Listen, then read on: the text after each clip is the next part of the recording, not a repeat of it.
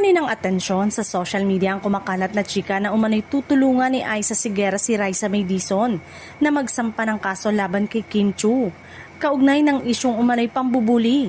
Gayunpaman, maraming netizen ang agad na nagsabing walang katotohanan ng naturang balita.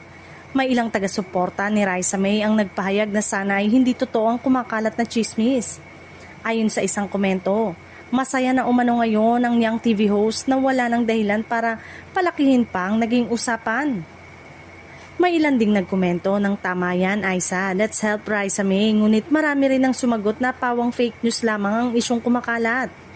Ayon sa iba, matagal nang nakamove on si Raisa at hindi na dapat binubuhay pa ang kontrobersya.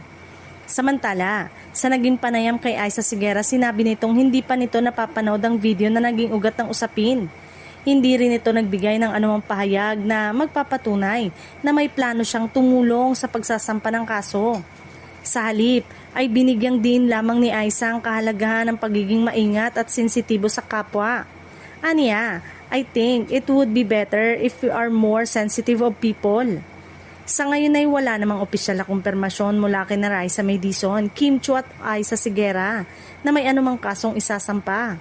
Batay sa mga available na impormasyon, nananatiling walang basehan ng kumakalat na chika at itinuturing lamang itong nagpapakalat ng mga basher ng kapamilya actress na si Kim Chiu.